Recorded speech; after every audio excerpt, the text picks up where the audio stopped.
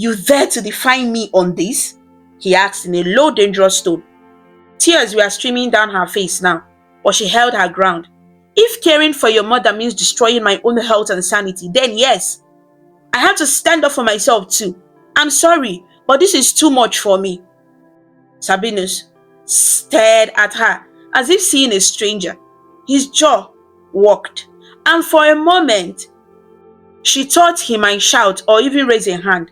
He looked that enraged, but instead, he took a deep breath and snatched his phone from the nightstand. Fine, he said tightly. If you won't cooperate, I'll go to Enugu myself and bring Mama here. We'll talk about this again when I return.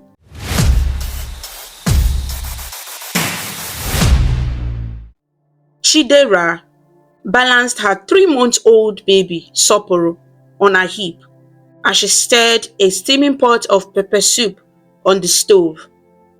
The mid-morning sun filtered through the small kitchen window of their 2-bedroom flat in Benin City, casting a warm glow on the tidy space. In the living room, her 2-year-old daughter, Maya, sat surrounded by colorful plastic toys, babbling to herself in the half-formed words of a toddler. It was a typical Saturday morning for the young mother. 3 years into her marriage, Chidera had settled into a daily routine that revolved around her family. Ever since she married Sabinus and moved from her hometown in eastern Nigeria to join him here in Benin City, her life had become a circle of cooking, cleaning, washing clothes, and tending to the children. She smiled softly as she tasted the soup. Just enough salt, a hint of uziza leaves, like her late mother used to add. Cooking always brought back memories of her mother, who had passed away years ago. Now, as a wife and mother herself, she poured all that love and care into her own family. Behind her, the bedroom door creaked open. Sabinus emerged, already dressed in his neatly ironed shirt and trousers. He was preparing to head to work, even on a Saturday, overtime at the finance company where he worked as an analyst. He adjusted the collar of his shirt and glanced at his wristwatch. I'm running late, he muttered. Inago Ruta, she asked in Igbo before switching to English out of habit. You're going to work today? I have some backlog to clear, he replied briskly, picking up his laptop bag from the sofa. Every weekday, he left early for work and returned late. Even on weekends, he sometimes went to the office. It left most of the household responsibilities squarely on Chidera's shoulder, a fact that both of them had simply accepted. Maya spotted her father and tottered over on unsteady legs, clutching a stuffed doll. Dada, she exclaimed, her face lighting up in a big smile. Sabinus managed a smile back and bent to pat his daughter's head gently. Be a good girl, okay? Daddy will be back soon. Chidera turned off the stove and wiped her hands on a dishcloth. She shifted baby Soporo to her other arm and walked over to join them at the door. Your food is ready, she said, nodding toward the pot on the stove, pepper soup and yam. He shook his head, already edging toward the door. No time for that. I will grab something on the way. He paused at the doorway, giving a quick look around as if checking he hadn't forgotten anything. In truth, the house was spotless, beds made, floors swept and mopped, breakfast dishes already washed and put away. The only sounds were the low hum of the ceiling fan and Maya's babbling. As he was about to step out, he noticed a small button missing from his shirt cuff. Frowning, he held out his arm slightly. Ah, Chidera, see my shirt. The button is gone. I'm sorry, maybe it fell off in the wash, she said apologetically. I can sew it back later today. He grunted, already halfway out. Later, he muttered, glancing again at his watch. I have to go now. With that, he left, shutting the door firmly behind him. The latch clicked in place and silence filled the flat again. Chidera stood there for a moment with Soporo in her arms, gazing at the closed door. A soft sigh escaped her lips. She loved her husband, and she knew he worked hard to provide for them. But there were moments she wished he would notice how much she did too. Since the day she gave up her job as an accountant at a bank to focus on raising their children, life had become a different kind of hard work, one that came with no salary or weekends off.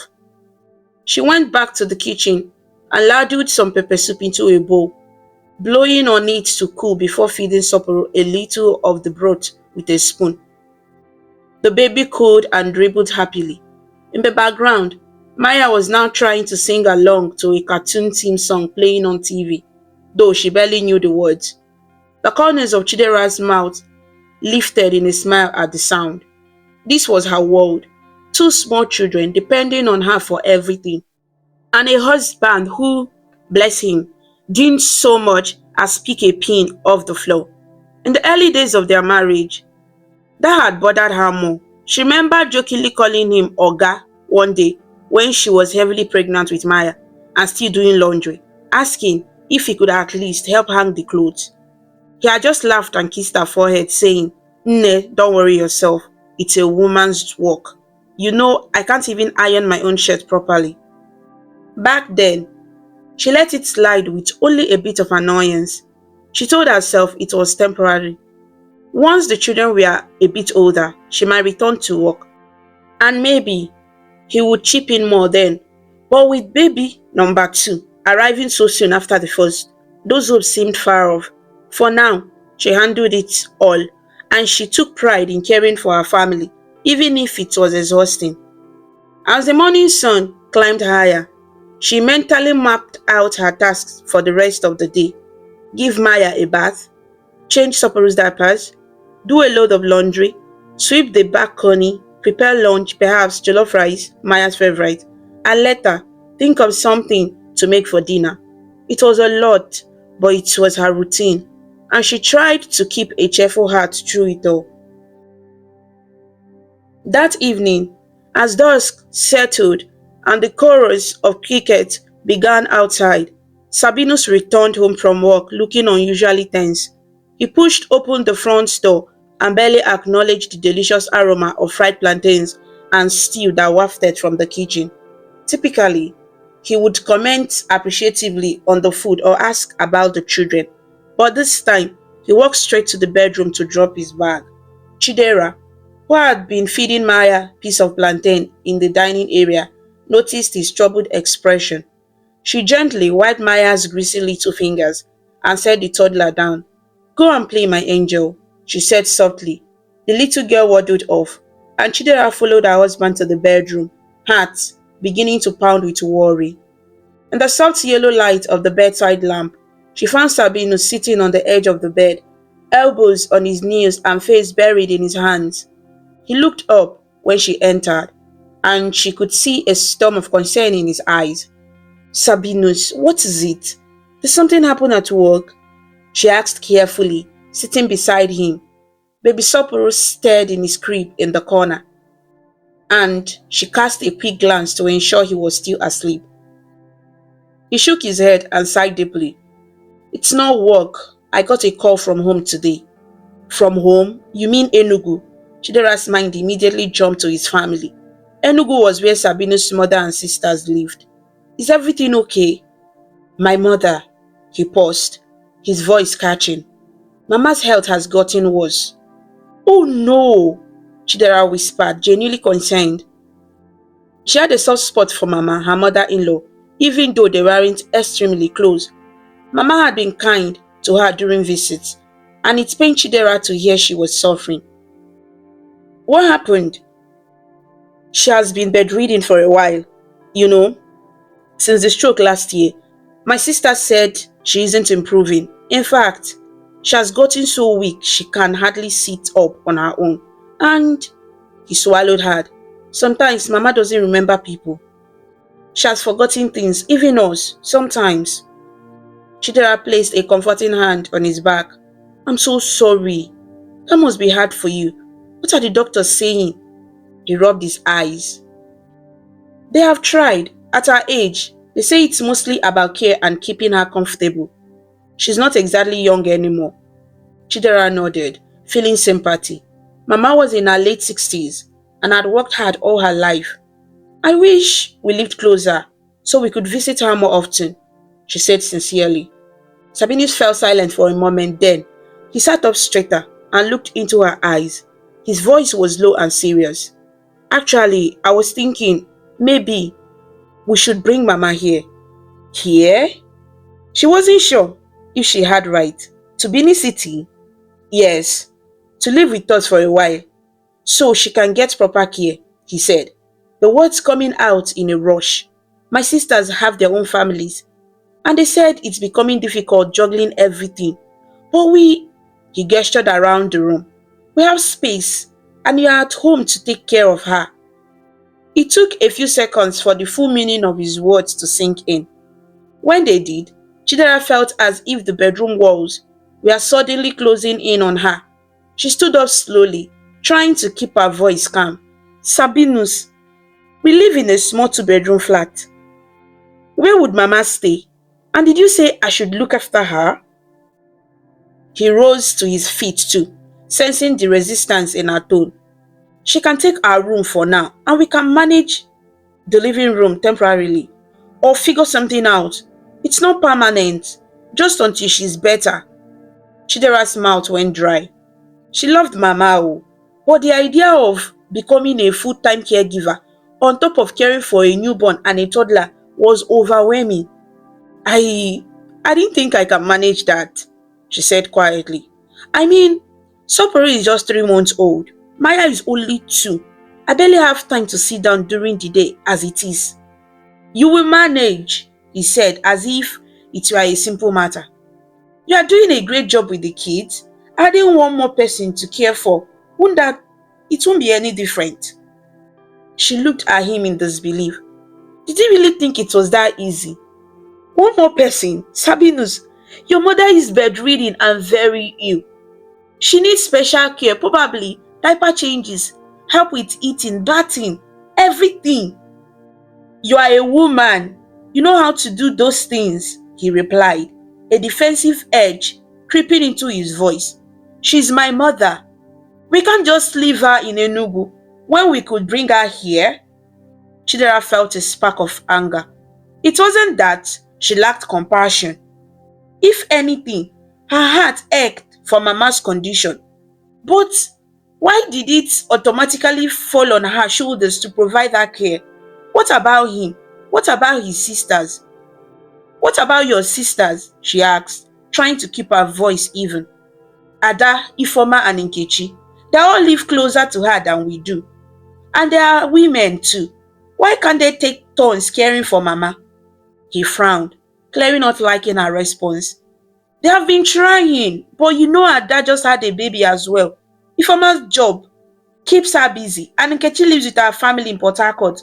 None of them can do it easily. Plus, I'm the only son. It's my responsibility to make sure Mama is okay. Yes, I'm not saying we shouldn't help, she replied, heart pounding harder.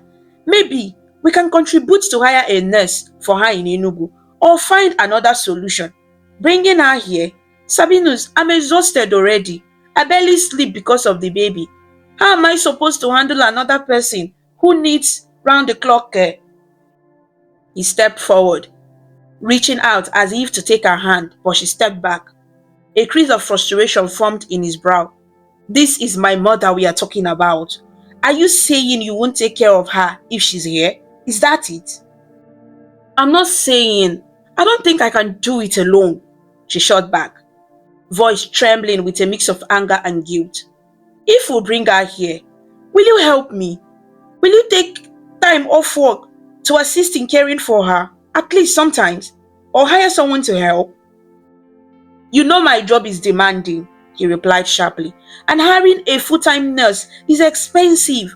Why hire a stranger when you can do it? You are at home all day. At home all day, the word stung. True, she didn't go to an office anymore, but She hardly had a moment of rest. She spread her arms, trying to make him see. I'm working all day, Sabinus. I work long hours than you do. Caring for these kids and this house. It's a 247 job. You come home and you can relax. But my work doesn't end. So what are you saying? That my mother should just be left to suffer because you feel too proud to do more work? His voice was rising now, a rare anger making it quiver.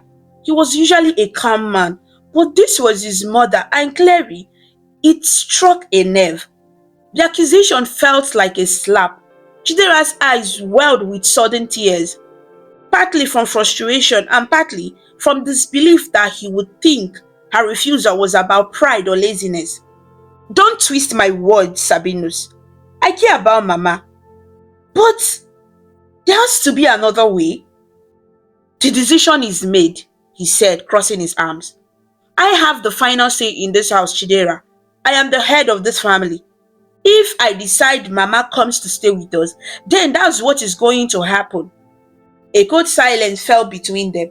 In the crib, baby Saporu gave a soft whimper, perhaps sensing the tension in the voices of his parents. Chidera closed her eyes for a moment, trying to steady herself. When she opened them, she felt a firmness in her own voice that surprised even her. No, she said, shaking her head. Sabinus blinked. What did you say?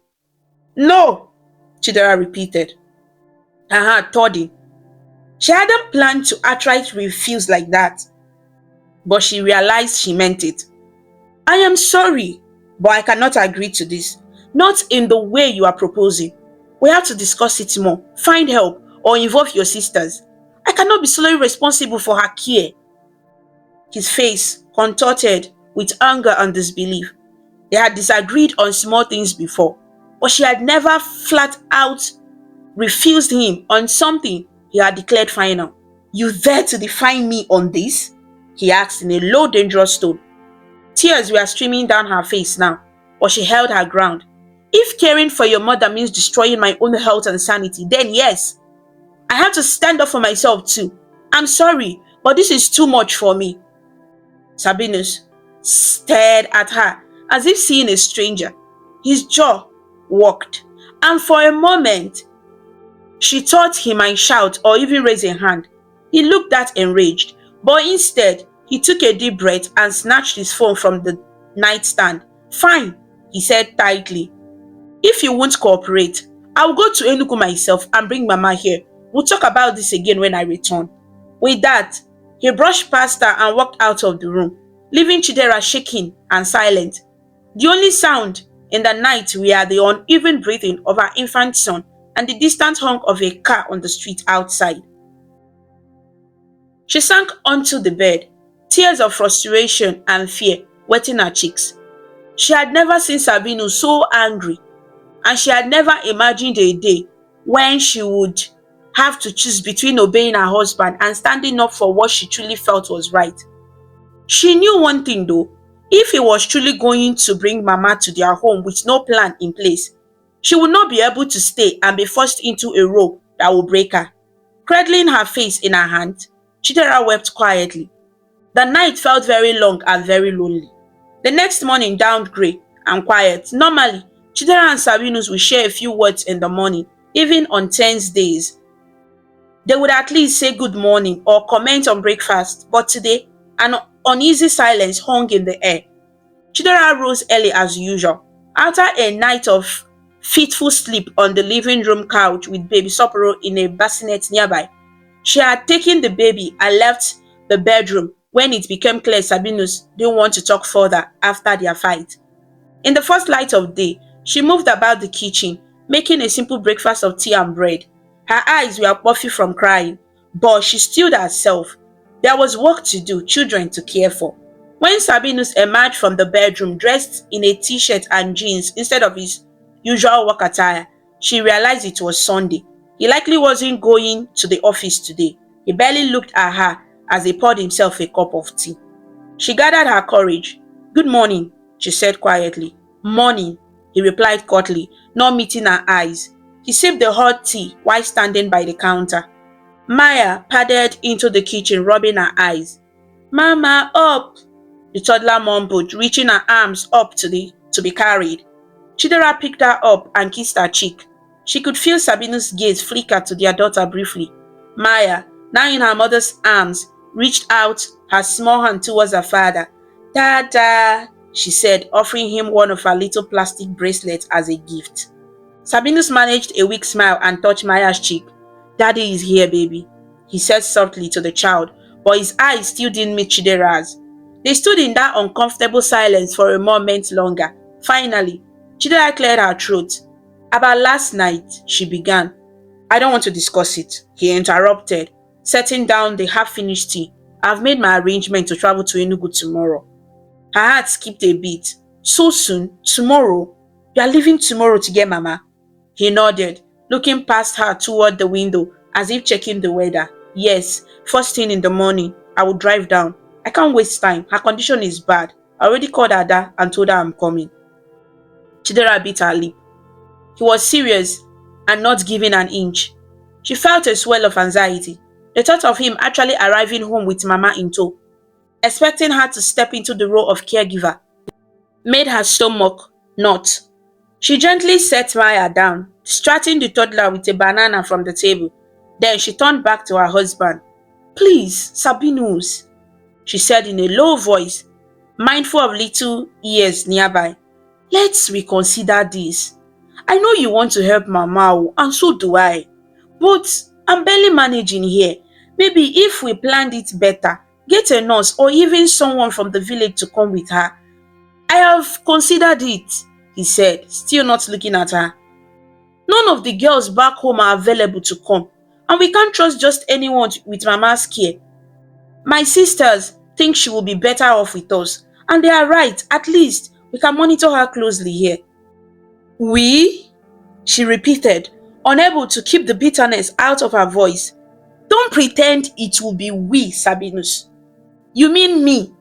I'll be the one monitoring and caring while you are at work all day. He inhaled sharply, frustration flickering across his face. Must we go over this again? I told you, I am the only son. I can't abandon my mother. This is fine now. There it was again, that tone of finality. Chidera felt a mixture of despair and anger. She turned away, blinking back tears. Arguing further felt pointless. He wasn't listening. Without another word, Sabinus left the kitchen. She had him making phone calls in the living room, presumably arranging his trip, maybe speaking to a colleague or checking the car's condition. It sounded like he was truly ready to drive himself, despite the long distance. They did have a modest Toyota sedan. He rarely used it for long trips, preferring public transport for anything outside the city. But it seemed he was determined to make this journey personally. Chidera cleaned up the kitchen mechanically, her mind racing. What was she going to do? He would be gone by tomorrow morning. She imagined him returning a day or two later with his ailing mother, expecting to find everything prepared for her arrival. She glanced around the small flat. If Mama came, where would everything go? The second bedroom belonged to the children. Their own bedroom could barely fit the bed and a wardrobe.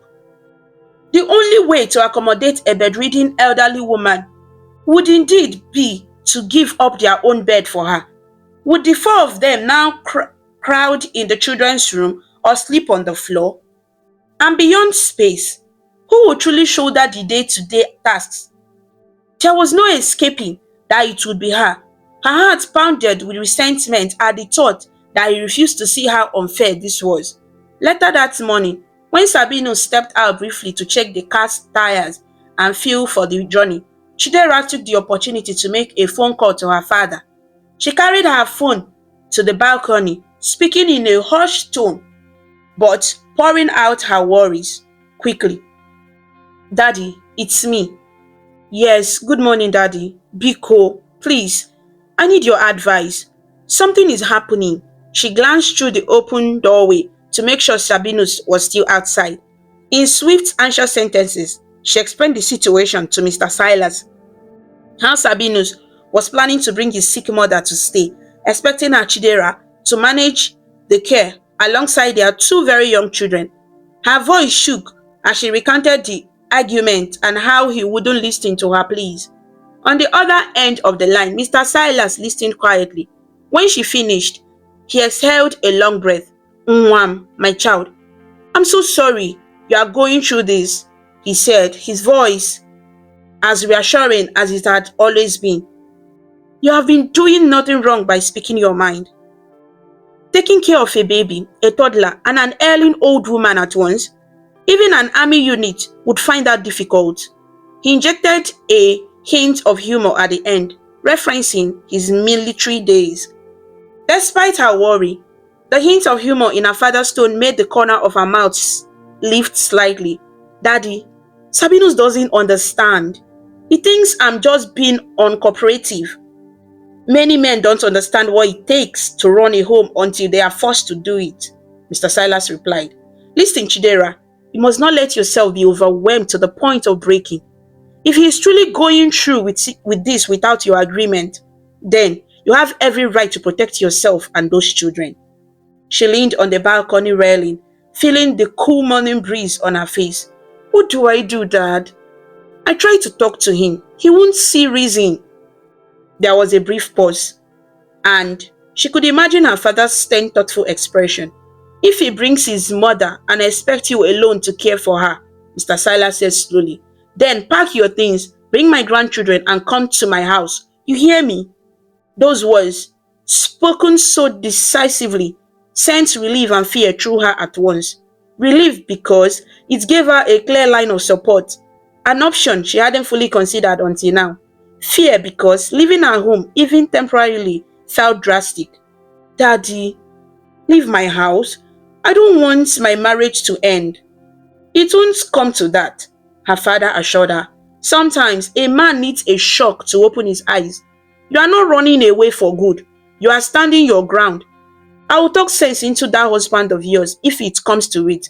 But I will not allow anyone, not even him, to destroy your well-being or your future. Tears pricked her eyes again, but this time out of gratitude. Talunam, Daddy, thank you, she whispered. Ngwano, it will be okay, he said gently. Be strong, my daughter. You know I'm here. She hung up, feeling a little steadier. She had her father's blessings to act if needed. She prayed it wouldn't come to actually leaving. Maybe something would change. But as the day wore on, it was clear Sabinus was resolute. By nightfall, he had packed a small traveling bag. He spoke only when necessary, mostly about practical things, where some car documents were, that he had filled the tank at his station early in the morning, that he might be gone for a night or two depending on Mama's condition. He ignored the conflict between them, as if by acting normal about logistics, he could pretend she would simply accept his plan. That night, they slept in separate rooms again. He in the bedroom, she in the children's room with both kids. Chidera hardly slept at all, her mind racing through possibilities and emotions. Each time baby Sapporo woke for a feeding, she found herself both resentful of Sabino's stubbornness and worried for her mother-in-law's health. By the time the first rooster's crows signaled down outside, her eyes felt gritty and her head ached from lack of rest. She had Sabinus up and moving at first light. He left without a warm goodbye. Chidera was changing Sapporo's diaper when he stuck his head into the children's room. I'm off, he said stiffly. She looked up at him, holding the wiggling baby against her shoulder. There were 1,000 things she wanted to say in that moment. Please reconsider. Safe journey. I'm sorry we fought. But his closed-off expression stopped her. Safe trip, she offered quietly. He gave a curt nod. He lingered a second, eyes shifting toward Maya, who was still asleep on a little mat on the floor. Then back at his wife. I will call when I get there, he muttered, and then he turned and left. She listened to his footsteps retreat and the soft thud of her front door closing. Through the window, she heard the car engine start, sputter a bit, then roar to life. He trod out of the compound onto the street and then he was gone, off on his mission. Chidera sat on the edge of the bed, holding Sapporo close to steady her own trembling. It felt as if a heavy cloud had settled over her home. She knew what she had to do. If he returned with Mama, expecting her to fall in line, she would follow through on her father's advice. She would pack what she needed and go to her father's house. It was terrifying thought. Leaving her home, even temporarily, felt like stepping into an abyss. But she had her children to think of. She had to stay healthy and sane for them. For now, she tried to keep herself busy. The hours crawled by as she fed and bathed the kids, tidied the house compulsively, and kept glancing at her phone. True to his word, Sabinus called around midday. "I'm in Enugu," he said when she answered. "The stone, all business. I got here safely." "Thank God. How is Mama?" she asked softly, clutching the phone. "About the same, and with her dad at Mama's place." There was a pause. "We will probably set out early tomorrow morning, back to Benin, if everything goes well." Tomorrow. He was coming back tomorrow with Mama. Her throat tightened. "Okay, safe journey when you are coming back," she said, voice restrained. Another pause. Maybe he expected more from her, some sign of acceptance or warmth. But she had none to give. Finally, he just said, "All right," and then call ended. Chidera exhaled shakily. Tomorrow. She had less than a day to prepare herself for what she had to do. She mentally began listing the items she would need to pack for herself and the children. Clothes, diapers, formula, important documents, a few of Maya's favorite toys. It felt surreal to be planning her own small departure. That evening, she cooked a simple dinner of okra soup. Though her appetite was gone, she felt Maya and managed to eat a few mouthfuls herself.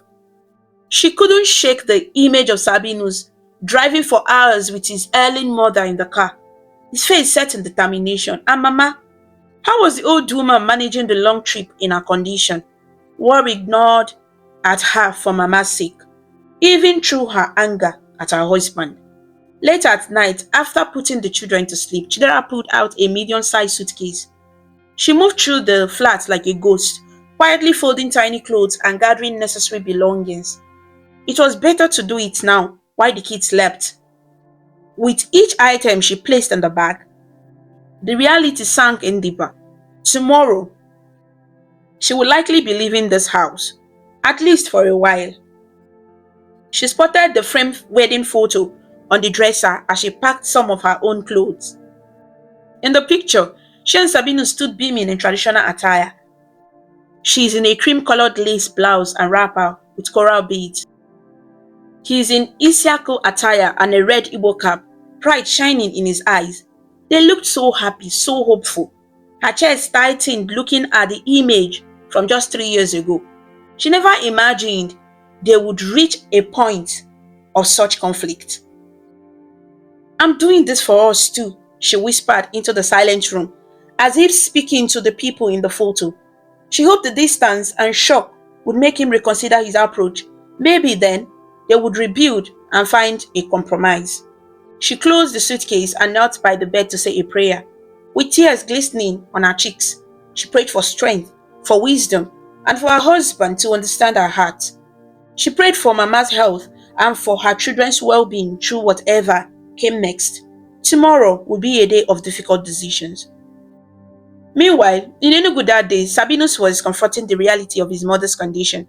After a long drive through the night and early morning, passing the familiar sight of the Niger Bridge of Onitsha, under the first light of dawn, and then the green hills leading into Enugu, he arrived at the mother's bungalow that was his family home. Ada, the eldest of his sisters, greeted him at the door with a tired hug. Her own infant was strapped to her back with a cloth wrapper, sleeping fitfully. Inside, the atmosphere was heavy with the smell of ventilated balms and the faint scent of medicine. In the small living room, a part-time nurse, Ed, hired with contributions from all the siblings, was just packing up to leave after the night shift, giving Ada a quick report on Mama's morning. When Sabino stepped into his mother's bedroom, his heart clenched. Mama looked so small, lying there. This was the woman who had raised him, a vibrant, strong trader, who used to travel to bustling markets in Onitsha and Aba, a woman who never tired of singing Igbo gospel hymns on Sunday mornings. Now, her once plump frame was thin, her skin peppery. She stared blankly at the ceiling, lips moving as if speaking to someone unseen. Mama, I'm here, Sabino said softly, sitting on the edge of the bed. Her eyes drifted to him. For a moment, there was no recognition, and his stomach dropped. Then a spark of clarity appeared in her eyes. Sabinus, she whispered, voice raspy. Yes, Mama, it's me, he replied, taking her frail hand gently. It was warm but trembling. She managed a weak smile. My son, you came. Of course I came, he choked out, fighting the burn of tears. He hadn't realized until that moment how afraid he had been of losing her. He brushed a thin lock of grey hair away from her forehead. You will be fine, Mama. I'm going to take you with me to Benin City, okay? We'll take care of you there. Mama only nodded slightly. She closed her eyes, either from relief or exhaustion. He sat there for a while holding her hand, feeling a mix of love and guilt twist inside him. Guilt for being far away, guilt that his sisters had borne the brunt of caring for Mama up until now. Outside the bedroom, he found Ada in the kitchen, warming some pap, corn porridge, on a kerosene stove. His sister's face was drawn with exhaustion. As the eldest daughter, Ada had taken on much of the caregiving after Mama's stroke. How was the journey? Ada asked quietly, stirring the pot. Fine. Long, he answered. He hesitated, then added sincerely, Thank you for all you have been doing for Mama. Ada turned off the stove and wiped her hands on a towel. She's our mother, she said simply, but he could hear the strain in her voice. It hasn't been easy, Sabi, especially since I had the baby. He nodded, shame creeping into his face. I know. That's why I want to take her with me. At least I can. Ada gave him a sharp look. Can what? You're hardly at home, brother. It will be Chidera doing everything. No. Sabino stiffened, not expecting the critic. Ada had always been straightforward. Chidera will manage. I mean, she's at home. Ada shook her head, looking slightly angry. You men think it's so simple. Do you know how many times I have barely slept because Mama was calling out or needed changing in the middle of the night, while I'm also nursing my own child? I'm beyond exhausted. If not that my husband's mother is around helping with my kids, I would have broken down by now. He looked at his sister, the dark circles under her eyes, the tension in her shoulders, and he had no response. She was leaving what was about to thrust upon his own wife, and clearly, it was pushing her to the brink. Ada, I'll figure something out, he said, though the word felt hollow even to him. His sister just sighed. I'm not saying don't take her, she murmured. Honestly, maybe you should, even if it's just for a short while, to give us a break. But please think about hiring someone, or even part-time. Mama needs help around the clock. Sabino swallowed and gave a tight nod. Money was a bit tight. Between his kids and occasionally sending support home, he wasn't sure how they could afford a nurse long-term. But hearing Ada, he silently resolved to trying to find a way, at least eventually. For now, the plan remained. Take Mama to Benin City where at least he and his wife could supervise her care. They left Enugu the next morning as he had told Chidera on the phone. Ada and their older sister, Ifoma, helped bundle Mama into the back seat of the car, cushioning her with pillows for the journey. Mama was lucid enough to ask after my grandchildren and Nechidera, the affectionate term she used for her daughter-in-law, which only made Sabino's chest tighten further. He answered that the kids were fine and that Chidera was excited to see her, forcing a smile. He didn't dare reveal the turmoil waiting at home. As he drove through the early hours, leaving the green hills of Enugu behind, Sabinus tried to focus on the road and not on the dread creeping into his heart. Part of him was still angry at Chidera's defiance, but another part, the part that had seen Ada's exhaustion and felt his own helplessness tending to Mama overnight, was growing worried. How would they cope? Would his wife even be there when he arrived? He shook off the thought. Surely, she wouldn't just leave. She was upset, yes, But she wouldn't abandon him, would she? He pressed down on the accelerator, urging the car faster toward home. Late that afternoon, the sound of a car engine outside signaled Sabinu's return to the flat of Benin City. He parked and climbed out, stretching his aching back from the long drive. Dust from the road clung to the car's tires and the hem of his trousers. He hurried around to help his mother. Mama was awake but disoriented from the journey, mumbling something about needing the bathroom. "Hold on, Mama. We are home now," he said, trying to sound cheerful. He looked toward the apartment entrance expectantly, half hoping to see his wife appear at the doorway with a welcoming smile or at least readiness to help. But the doorway was empty. His neighbor, a young lady named Efe, who lived in the flat across the hall, was standing outside, apparently waiting. In her hand were a set of keys. "Good afternoon, Brother Sabinus," Efe greeted nervously, using the common friendly term brother for a neighbor. She glanced at the frail older woman leaning in the car. "Welcome, good afternoon, Ma," she added politely to the mama. Mama gave a vague smile, not fully comprehending. "Thank you, Efe," Sabinus said with a quick nod. He was distracted, eyes scanning around. "Have you seen my wife? Is she inside?" Efe bit her lip. She asked me to give you this." She stepped forward and placed the house keys in his hand. "She left this morning with the children. She said to tell you she went to her father's house." The young woman's word tumbled out quietly.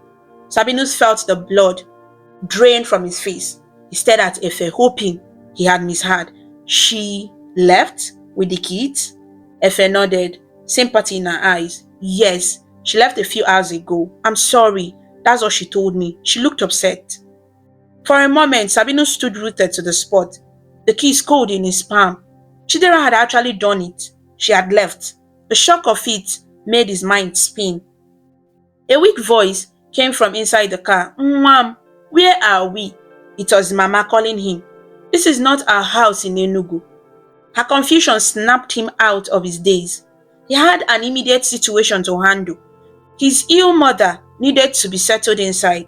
"Thank you, Efe," he mumbled to the neighbor. He pocketed the keys and moved to unstrap Mama's seatbelt. With some effort, he helped the frail woman out of the car. Mama leaned on him heavily, her legs shaking after the long ride. Efe rushed over. "Let me help." Together, the neighbor and Sabinus, half supported, half carried Mama up the short flight of stairs to the apartment. Sabinus fumbled with the key in the lock, hands trembling from a mix of anger, embarrassment, and worry. Inside the flat was airy quiet. They eased Mama down onto the sofa in the living room. The older woman looked around, blinking. "Where is everybody? Where are my grandchildren?" she asked in a quavering voice. Sabinus forced a reassuring tone. "They went to visit Chidera's father for a bit, Mama. Don't worry, they will be back." He wasn't sure if Mama absorbed the answer. She was already gazing absently at a spot on the wall. "Brother Sabinus, should I get her some water?" Efe asked quietly. He nodded. "Yes, please. There are clean cups in the kitchen cabinet."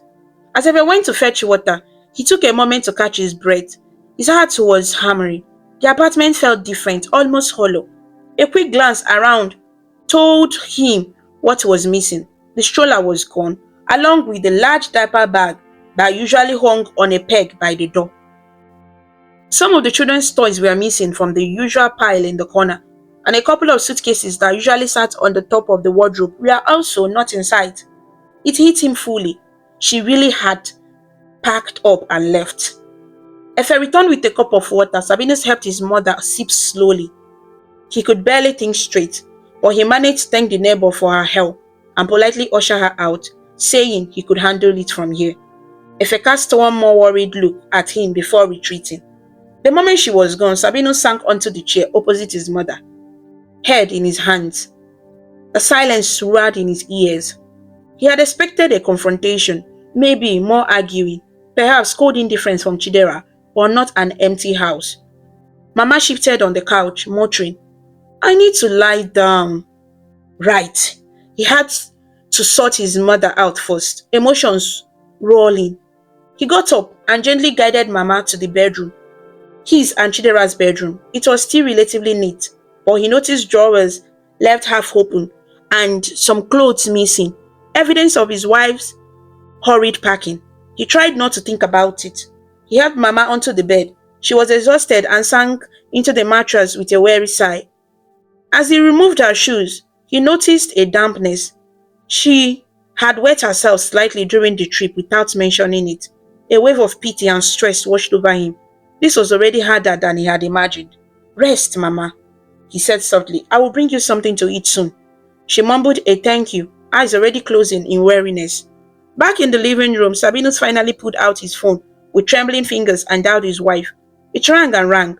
He paced the room, stepping over a stray piece of Maya's puzzle on the floor, each unanswered ring filling his anger anew. How could she do this? How dare she? At last she picked up. Hello. Her voice was quiet, weary. His temper, held in check until now, by shock and duty, exploded. Chidera, he backed into the phone. What nonsense is this? Where are you? How can you leave the house like that? You better come back here now. On the other end, Chidera closed her eyes at the sound of his shouting. She was sitting in her father's living room. The kids were napping in the guest room, and her father was nearby, watching her with concern. She had known this call would come, but her heart still jumped at his harsh tone. Sabinus, she began, voice shaking. He didn't let her finish. You left me with Mama. You there? He shouted. His voice was loud enough that Mama stirred in the bedroom, and he had to lower it. But the venom was there. Come back to this house this minute. You hear me? If you don't come back, consider this marriage over. Chidera felt her heart was being squeezed. He was still trying to bully her, even now. Before she could gather her words to respond, another voice cut into the call. Oh, Guinea, what did you just say to her?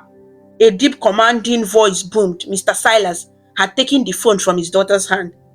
Sabinus was taken aback to suddenly hear his father-in-law. Sir, he stammered, his anger faltering.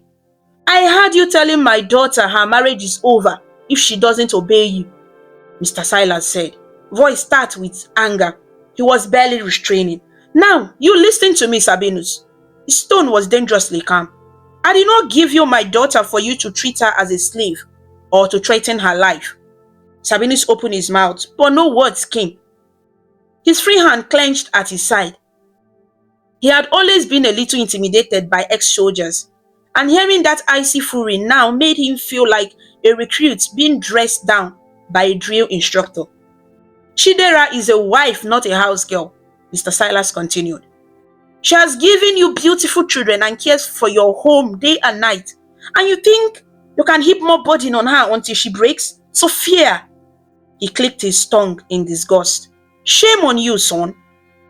I only wanted to take care of my mother, sir, Sabinus managed to say, but his voice lacked conviction now. By making my daughter do it alone? When you have other siblings who could help, and you yourself won't even be around during the day. The older man's voice rose, each word laced with indignation. If your mother needs care, you take care of her yourself or find a proper solution. You do not destroy my daughter's future in the process. Let me tell you, if anything happens to my daughter because of stress or mistreatment, you will have me to answer to. Sabinus' face burned with shame. He felt like a boy being scolded. But worse, because deep down, he knew Mr. Silas was right. Sir, I'm sorry, he said weakly. Mr. Silas gave a short, disapproving hum. You will be truly sorry if you don't fix this. Now, you hear me well.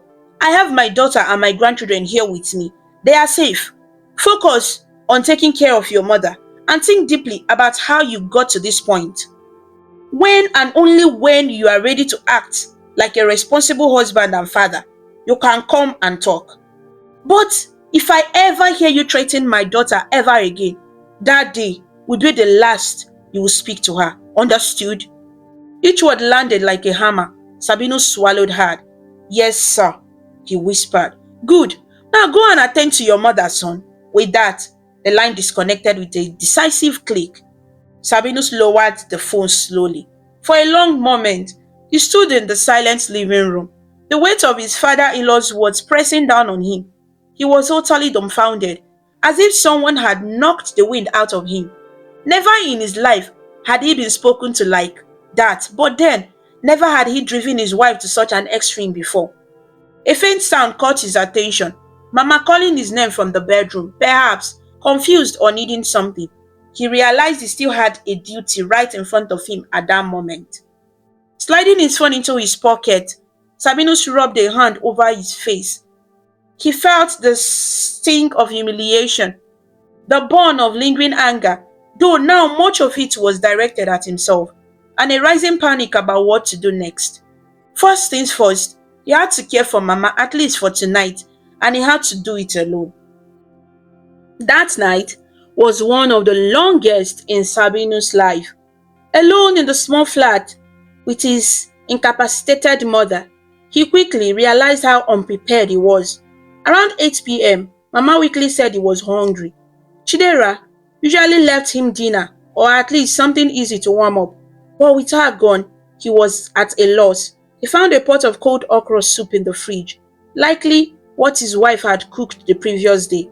Grateful, he reheated it and fumbled about making a simple meal of gari, cassava flakes, to go with it.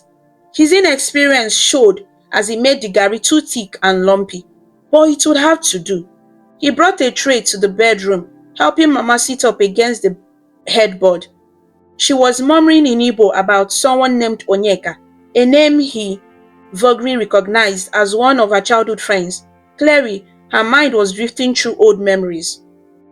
"Food is coming, Mama," he announced gently in Igbo, trying to get her attention. He sat by her and began feeding her small bites of softened eba and soup. She ate a few spoonfuls, then turned away, saying she was full. Most of the food remained untouched, but he couldn't force her.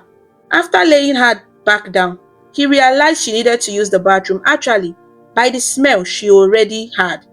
With a mix of dread and determination, Sabino steeled himself for the task. His mother had soiled herself on the bed. This was territory he had never navigated before, not even with his own infant. He had deftly avoided diaper duty, always leaving that to his wife.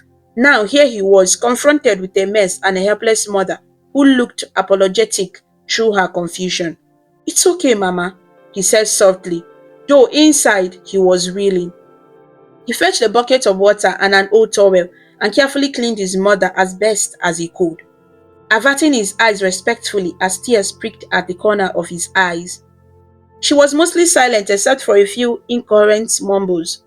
He felt a crushing sorrow seeing her this way, mixed with a rising panic at his own helplessness.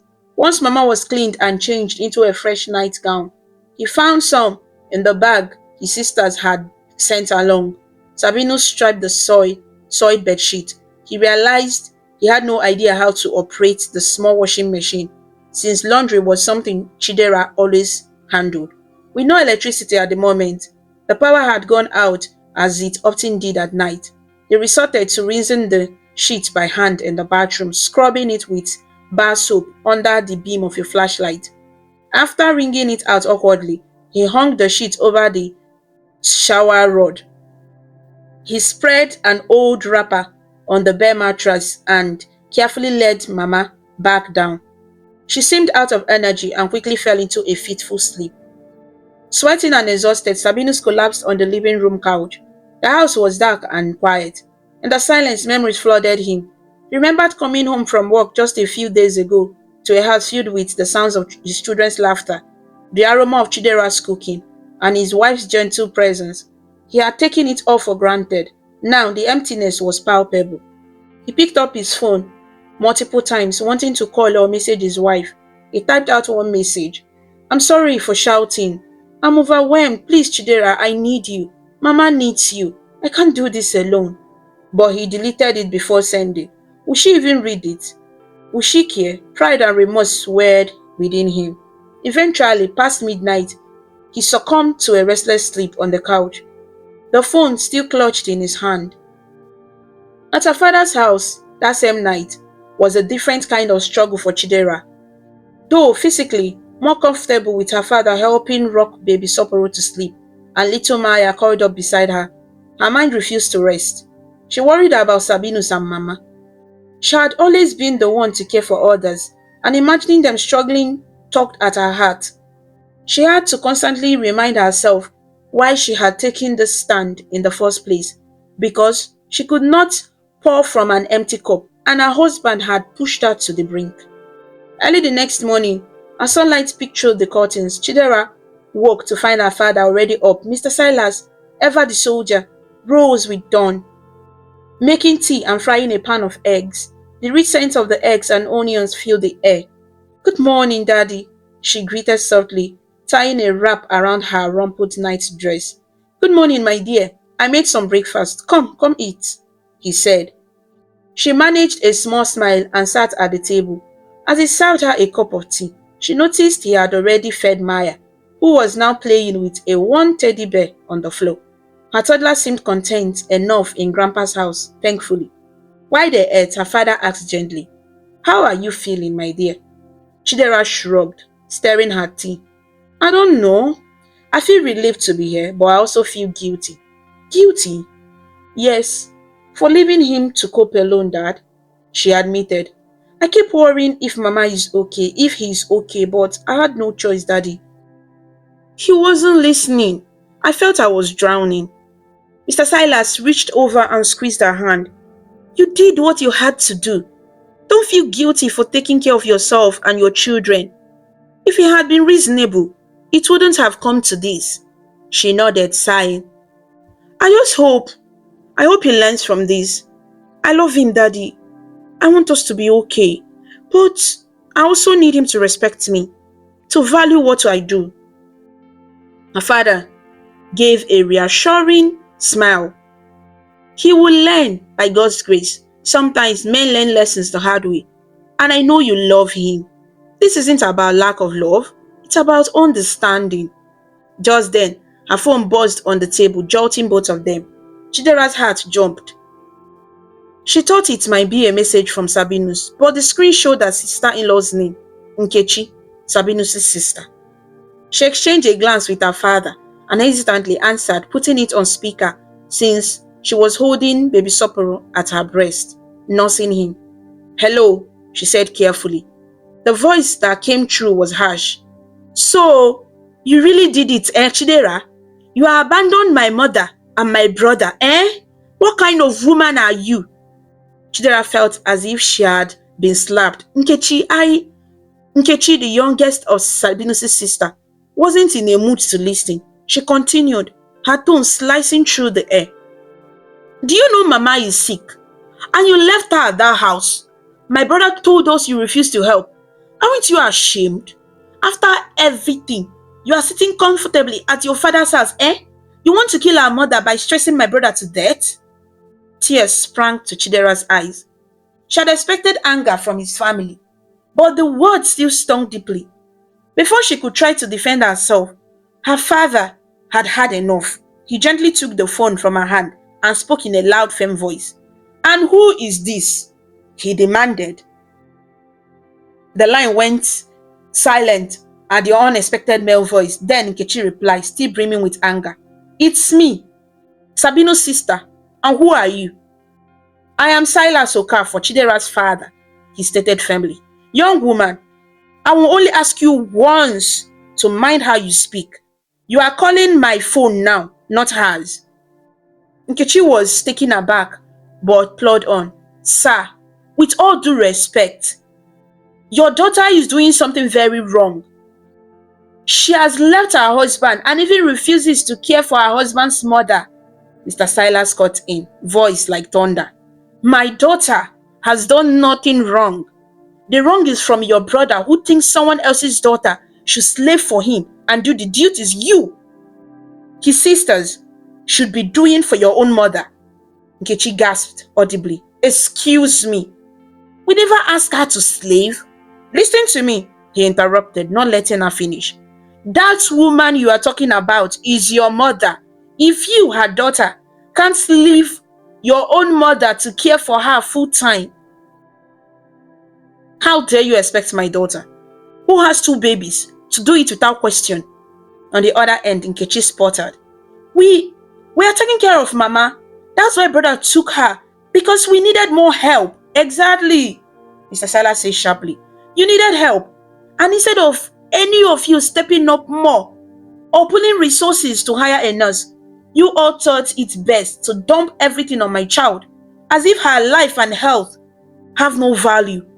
Who is really the wicked one here? My daughter, who has cared for her husband and children every day, or you people who want to add more to her burden while you stay in your own homes?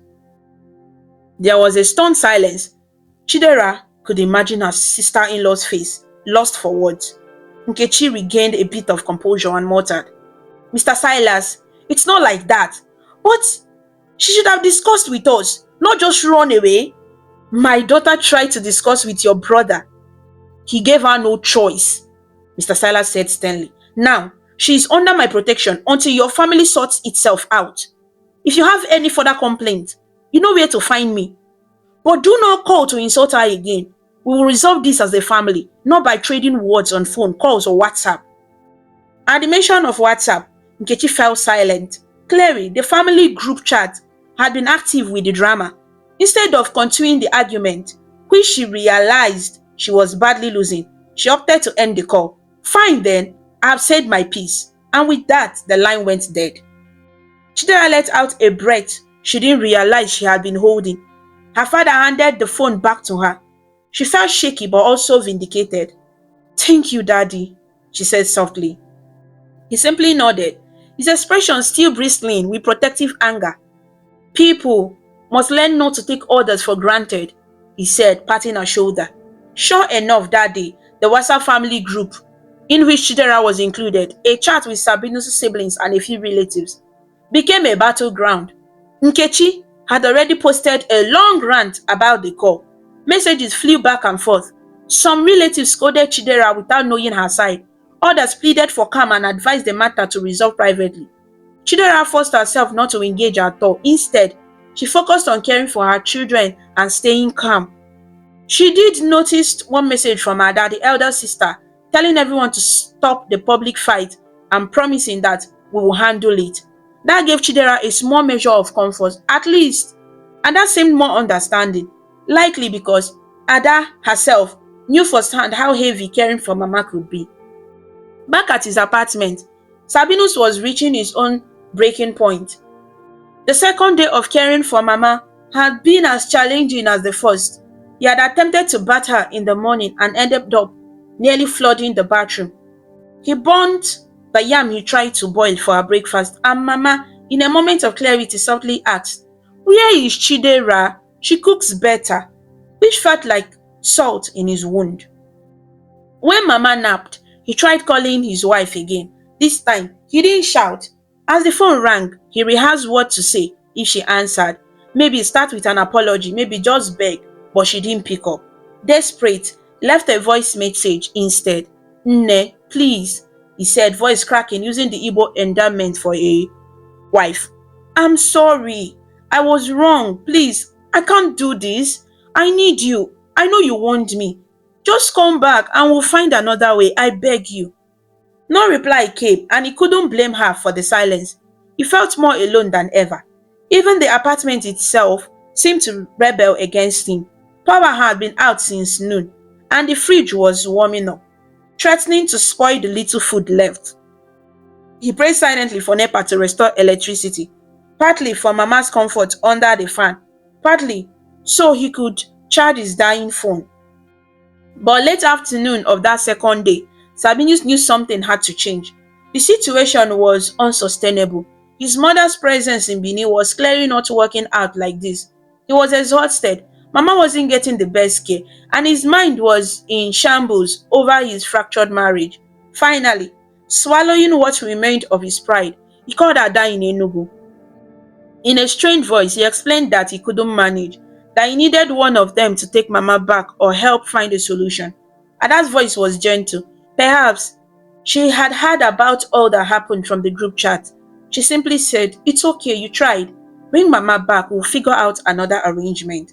So he made the difficult decision. He would take Mama to Ada's house in Enugu the next morning.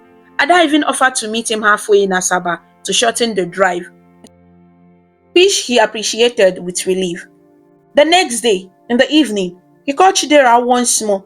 To his surprise, she answered this time, though she remained quiet on the line except for a soft "I'm here" to let him know she was listening.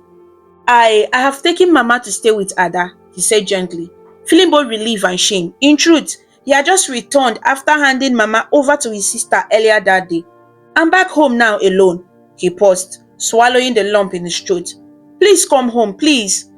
I'm sorry for everything. We can talk, or even if you don't want to talk now, just I need you and the kids here. The house is so empty without you. There was a long silence. He thought the call might have dropped until he heard the faint sound of her breathing. But the only response he got was a quiet click as she hung up. He stared at his phone, despair flooding him. He feared he had lost his family for good. When he messaged Ada later that night to confirm he had returned safely and Mama was settled, his sister responded with a short note. Now go and make things right with your wife. Sabinus knew what he had to do.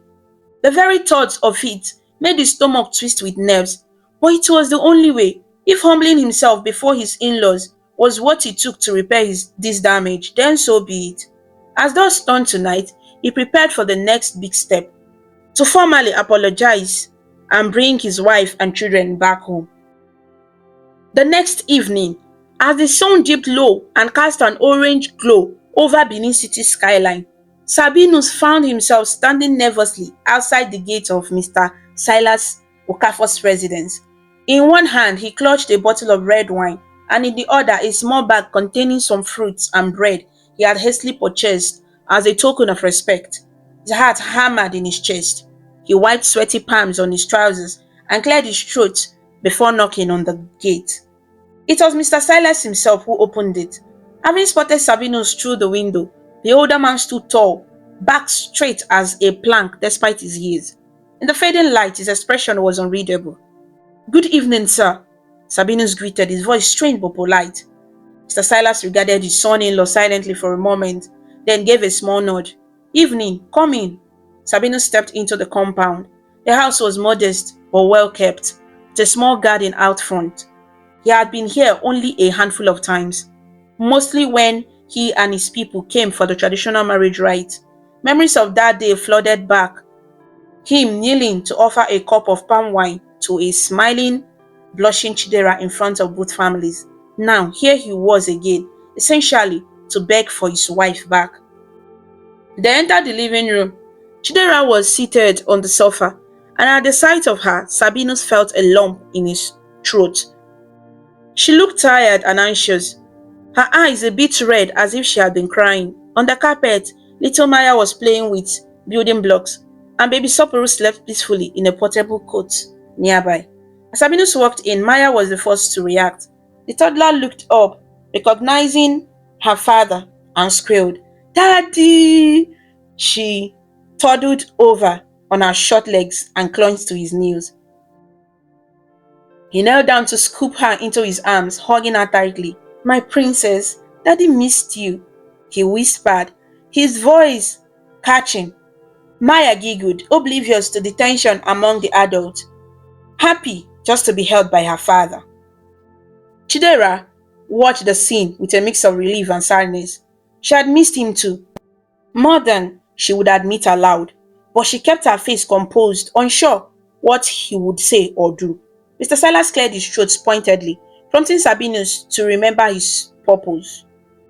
Sabinus gently set Maya down, and she tottered back to her blocks. He then placed the wine and the grocery bag on the center table. Taking a deep breath, he lowered himself to his knees in front of his father-in-law, then turned to face his wife as well. Sir, Chidera, he began, finding it difficult to meet their eyes. I'm here to apologize. He placed both palms on the floor in a pleading gesture and continued.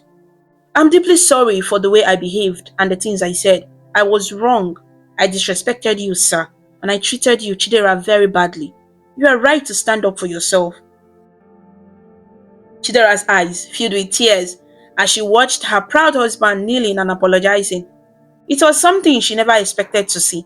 and it moved her, even as the hurt still lingered. Mr. Silas remained silent, arms folded across his chest, letting the young man speak. I acted selfishly, Sabinus went on. I thought only of my mother and myself, and not what it would cost my wife. I took you for granted, Chidera. I assumed you could handle anything without complaint, and I was wrong. I threatened our marriage, which I had no right to do. Please, please forgive me, my wife. The room was quiet except for the soft babbling of Maya as she stacked her blocks. Sabinus dared to look up at his wife. Chidera, he addressed her directly, voice quavering. I'm so sorry, my love. I never wanted to hurt you. I realize now how much you do, and how I should never have tried to force you into something like that. I promise I will never treat you that way again. Please come back home. I will do whatever it takes to make things right. Tears slid down Chidera's cheeks. She stood and moved closer, motioning for him to rise from the floor. Sabinus, Her voice broke, and she took a moment to steady herself. I forgive you. He stood up slowly, a sheen of relief in his eyes at those words. He wanted to embrace her but held back, unsure if it was welcome yet.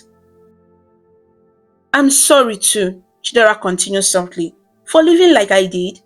Without telling you properly, I was at my limit and afraid. I felt I had to protect myself and the children. No, you don't owe me an apology, he insisted, shaking his head. You did what was necessary. I drove you to do it. Mr. Silas finally stepped forward. Well, he said, his tone gentler now.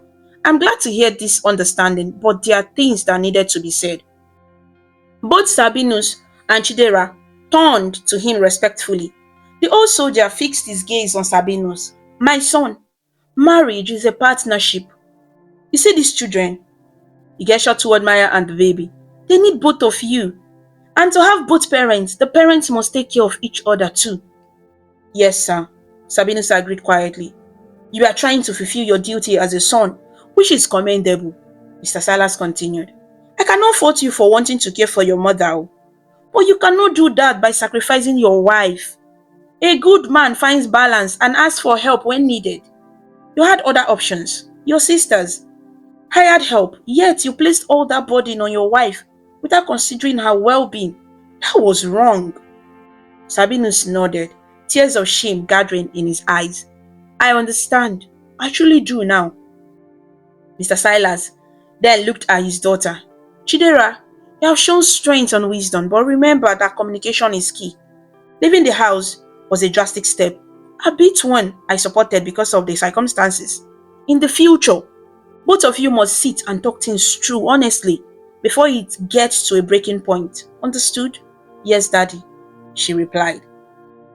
He smiled faintly. Good. You are both young and have a lot to learn. But let this be a lesson that mutual respect is non-negotiable in a marriage. Turning back to Sabinus, he added, I trust you will uphold your promise. Do not make me regret sending my daughter back to you. Sabinus straightened, wiping his eyes with the back of his palm. I promise, sir, I will never let this happen again. I will respect you and I will listen to her. There was a palpable release of tension in the air after that. Mr. Silas' stern expression finally softened into something kind. All right, that's enough kneeling and crying, he said gruffly. Though, there was warmth in his eyes now. Come, let's sit. I believe you brought wine, eh? A hint of a smile appeared in Sabinus' face as he quickly moved to pick up the bottle. Yes, sir. They spent a little while longer in that living room, sharing the bread and fruit and pouring small glasses of sweet red wine. It wasn't an elaborate feast, but it symbolized peace. Maya clapped her hands to join in the party. Though she only got a cup of juice, even baby Sopolo woke up and gave a gurgling laugh as his mother cradled him in her lap. Cautiously, laughter returned to the conversation. Mr. Silas even recounted a brief amusing story of a fellow soldier who once had kitchen duty and burned all the food. comparing it to how he imagined Sabinus might have struggled while alone.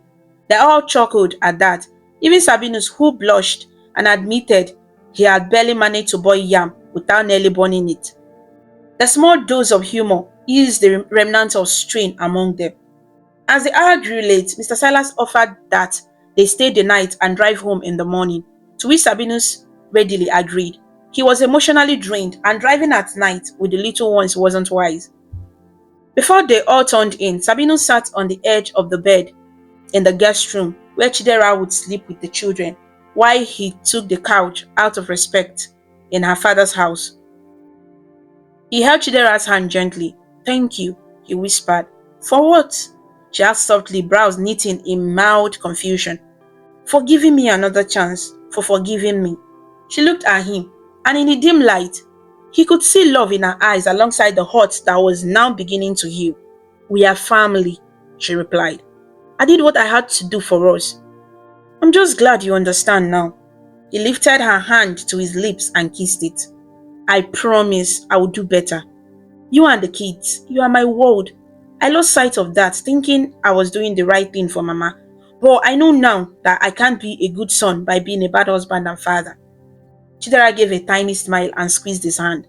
"And I promise to always speak up and tell you how I feel, maybe without running off next time," she added with a soft chuckle. He managed a quiet laugh too. "Deal." With that gentle accord, they bade each other good night. For the first time in days, both slept peacefully, knowing they would face the future together again. The next morning, the family of four prepared to return home. Mr. Silas helped carry their bags to the car. Before they got in, he put Sabinus aside for one last word. "Remember, my son," he said, placing a hand on the younger man's shoulder. "Treat her well. Don't forget what you learned this week." "I won't forget, sir," Sabinus vowed. Then, the grandfather turned to his daughter and grandchildren, gathering them in a warm embrace. "If there is any trouble, you know my door is always open," he reminded Chidera softly. "I know, Daddy. Thank you for everything," she whispered, hugging him tightly. With farewell said, Sabinus started the car and headed out of Mr. Silas's compound. As they drove off, both he and Chidera waved at the tall figure of her father standing at the gate, watching protectively until they were down the street. The drive back to their flat felt different from the tense, silent drives of the past week. There was a sense of hope and renewal. Maya dozed off in her car seat and baby Saporu coiled quietly. At one point, Sabinus glanced at his wife beside him. "I was thinking," he said, breaking a comfortable silence. "Maybe we could look into hiring some help at home. Not full-time if we can't afford it yet, but maybe someone to come in a few times a week to assist you. Or if you want, we can even talk about you going back to work and finding a nanny. I realize now how much you gave up." Chidera looked at him in surprise. This was unexpected and welcome. "Let's settle in first," she replied, smiling. "But yes, let's discuss it. Thank you." He reached over and gently squeezed her hand on the jet stick. It was a small gesture, but it spoke volumes of a new understanding between them. When they arrived at the flat, the first thing that hit them was a faint smell of stale food. The remnants of the meals and chaos from the previous days. Sabinus clinched. "Sorry about the mess," he said sheepishly. "I wasn't in the best state." Inside, a pile of unwashed plates sat on the sink, and the living room still had the disarray of scattered toys and a blanket on the couch. Immediately, out of habit, Chidera moved to start tidying, but Sabinus gently caught her arm. "No, please. You go rest or tend to the kids. Let me handle this." She raised an eyebrow. "You sure?" He nodded firmly. "Yes, I mean it." True to his word, Sabinus rolled up his sleeves and spent the next hour cleaning the house. He washed the dishes, took out the trash, and even attempted to mop the floor. After calling Efe the neighbor for a quick pointer on how to ring the mop properly, something he had never done before, Chidera, sitting on the sofa and nursing baby Sapporo, watched him with a mixture of astonishment and affectionate amusement. It was a sight she never thought she would see. Her husband cheerfully sweating over housework without being asked. Maya followed him around excitedly, thinking it was a new game that daddy was doing mommy's work. From that day on, things changed for the better in the household. Sabinus having experienced firsthand the weight of domestic and caregiving labor, became far more appreciative and involved. He started doing small tasks like rinsing his own dishes after meals and occasionally cooking a simple breakfast on weekends, though his culinary skills remained a work in progress, often resulting in playful teasing from Chidera. More importantly, he consulted his wife on any big family decisions now, treating her as an equal partner. They also kept true to their commitment regarding Mama's care. After a frank discussion with his sisters, it was agreed that Mama would rotate between Ada's home in Enugu and their second sister's Ifoma's place in Owerri, where professional home care nurses were available in both cities. In fact, it was Chidera who suggested and even helped find a qualified nurse in Ada's neighborhood, volunteering to contribute part of the nurse's salary from their own savings. This generous gesture melted away any lingering resentment from the siblings. Every other weekend or so, Sabinus and Chidera would take the kids to visit Mama. If Mama was staying with Ada in Enugu, they would send gifts and arrange video calls with the help of Ada's phone, since the trip was long. If Mama was at Ifoma's in Owerri, they sometimes made the drive, stopping by Mr. Salas's house in Benin for a rest and to drop off Maya, who loved extra time with Grandpa before continuing to Owerri with baby Soporo. Each time, Mama would grasp Chidera's hands and say, Mwam, Talo, my child, thank you for the things she brought and for finding the nurse who cared for her. Mama never fully understood the drama that had transpired, and that was just as well. In her clearer moments, she simply saw all her children, daughters and daughter-in-law coming together to care for her. One breezy Saturday morning, the family sat together in their living room. Saminus was on the floor with Maya, helping her build an ambitious tower of blocks. Chidera sat on the sofa, bouncing Sapporo on her lap as the baby goggled happily. The smell of her carabin cakes they had fried for breakfast still hung pleasantly in the air. Maya clapped her hands as her block tower stood tall without toppling. Mommy, look! She called out excitedly. Wow, that's amazing, my dear, Chidera praised. Suddenly, the tower did wobble and crash, scattering blocks everywhere. Maya's eyes went wide, looking to her parent for a reaction. Before she could decide whether to laugh or cry, Sabinus flopped over dramatically on the floor, pretending to be hit by the flying blocks. Oh no, I'm under attack! He cried out playfully. Maya broke into laughter at her father's silly antics. Even baby Sapporo squealed in delight, flaring his little arms. Chidera laughed along with them. It was a beautiful sound, one that filled Sabinus' heart with gratitude. He sat up and caught his wife's eye. I love you, he mounted silently so that only she could see. She mounted back, I love you too. And in her smile, he saw not just love, but trust had won and cherished. The story was not a fairy tale with a perfect ending, but a real living marriage with its ups and downs. They knew there would be more challenges ahead, as with any family. Yet, with the lessons learned and mutual respect regained, Chidera and Sabinus were ready to face whatever came next side by side. And never again would Sabinus allow his pride or stubbornness to hurt the woman who was the heart of his home. In the end, they both understood the truth of Igbo's saying Mr. Salah shared in parting. A home is sweet when husband and wife are at peace. At peace they were, and so was their home.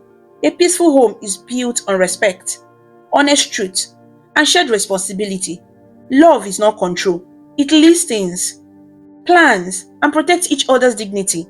When a problem comes, like caring for an elderly parent, the whole family should carry it together, not dump it on one person. Setting firm but fair boundaries is not wickedness. It's wisdom that keeps a mother, a wife, and a child safe. And when we fail, humility and apology can open the door to forgiveness and a better way forward. Thank you so much for watching this amazing story about Sabinus and Chidera on African Stories by V.